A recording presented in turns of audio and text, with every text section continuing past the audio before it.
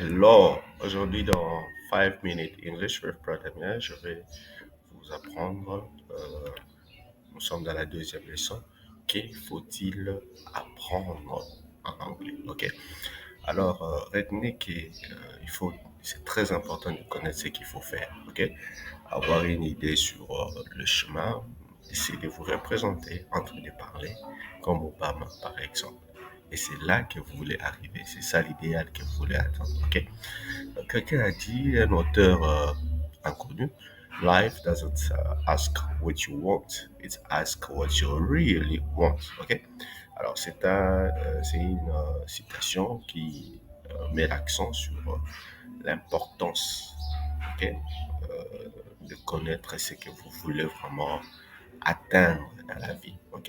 It's highlights the fact that life doesn't simply cry about our superficial desires, but it demands that we uncover our genuine passion, ok? Que nous puissions découvrir nos véritables passions, les buts, mais aussi les aspirations profondes, ok?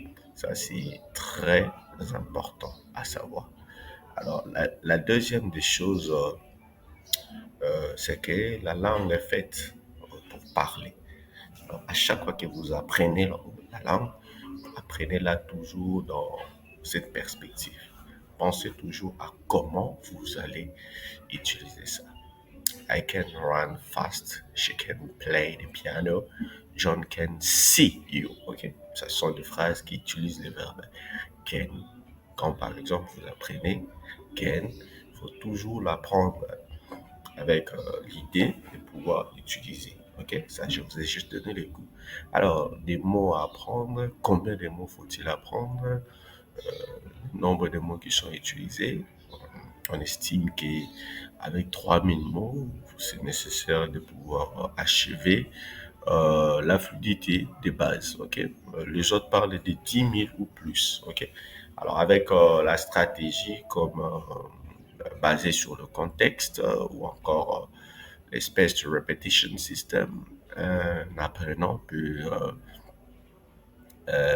augmenter ou encore étendre son lexique ou son vocabulaire.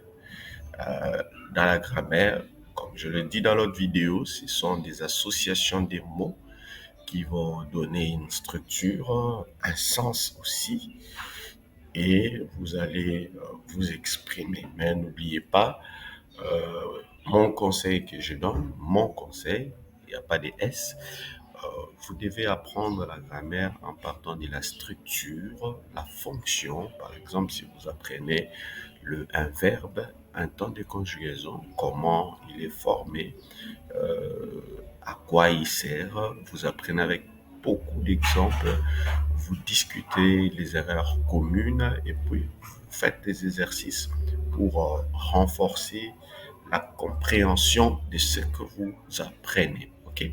Alors, la prononciation, retenez que pour bien prononcer, je le dis toujours à mes étudiants, il faut connaître les IP, les International Phonetic Alphabet, alphabet phonétique international. On trouve ça dans les dictionnaires, c'est ça qui vous donne la phonétique. Il y a deux façons pour bien prononcer un mot en anglais. Soit vous connaissez la phonétique, soit vous utilisez la voix de quelqu'un, ok? Vous servez de quelqu'un qui sait prononcer les mots et les points. Il faut écouter et répéter. Listen and repeat. Il faut aussi apprendre seul. Et ces chemins d'autonomie, c'est ce qui va vous mettre sur le bon trace. Apprendre à apprendre. Donc, comment apprendre?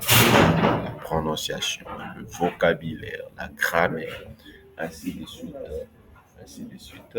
Cela va vous aider à pouvoir progresser dans ce que vous pouvez faire. L'autonomie est très importante dans dans tout apprentissage. Il faut apprendre à être autonome dans cela. Voilà, je vous dis merci encore pour cette deuxième leçon. N'oubliez pas de vous abonner pour ne pas manquer la prochaine leçon, la troisième leçon. Je vous dis merci et bye.